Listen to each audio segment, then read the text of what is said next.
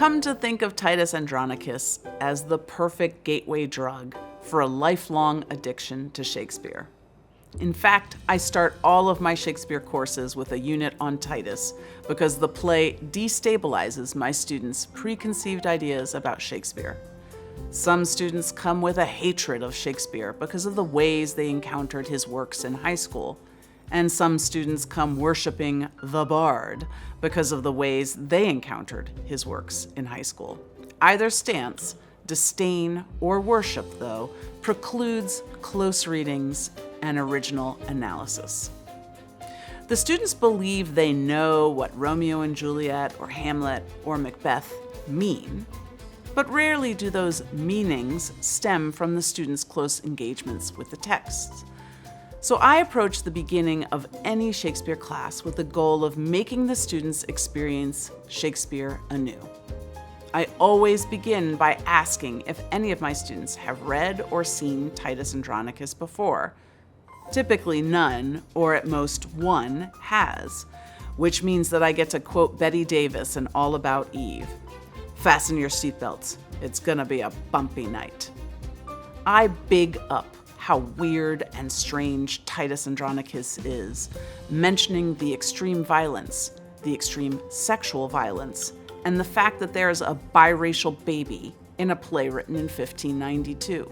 I mention that the play feels like a toboggan ride through the end of empire. And I also mention that the play might seem boring and or hard to read in the first scene, but that they need to stick with it because the weird stuff starts sneaking in soon after. I tell the students to pay attention to Aaron the Moor, and I ask them to think about why he's in the play. And then I send them off to read it on their own, telling them that they need to have it fully completed by the next class.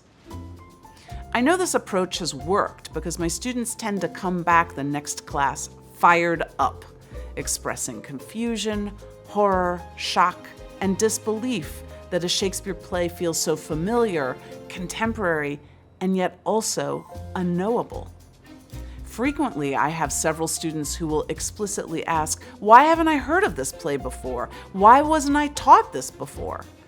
The crazy pants content grips the students immediately, but they don't know what to do with it, or even how to make sense of it as Shakespeare's or Shakespearean.